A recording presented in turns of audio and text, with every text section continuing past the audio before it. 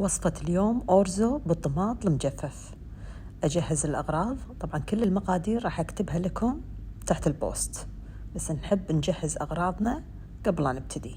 الإعداد المسبق من عوامل نجاح الوصفات. جدر على النار راح نحط ملعقة كبيرة من الزبدة وملعقتين كبار من زيت الزيتون، 5 فصوص ثوم شرايح، وكوب ونص من الأورزو تقريبا كيس، نحمرهم مع بعض ونحط عليهم كوبين ماء حار.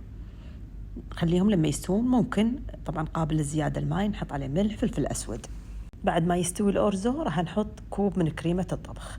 الحين نسوي خلطة الطماط المجفف، وربع كوب من الجوز، 4 فصوص ثوم، نخلطهم مع بعض ونحط عليهم كوب من معجون الطماط المجفف لغاية ما تصير عندي الخلطة بهالشكل. راح نحط عليها ربع كوب جبن بارميزان، نستمر بالخلط، وربع كوب زيت زيتون. إذا حبيتوا شوي ملح أحسن تذوقونه.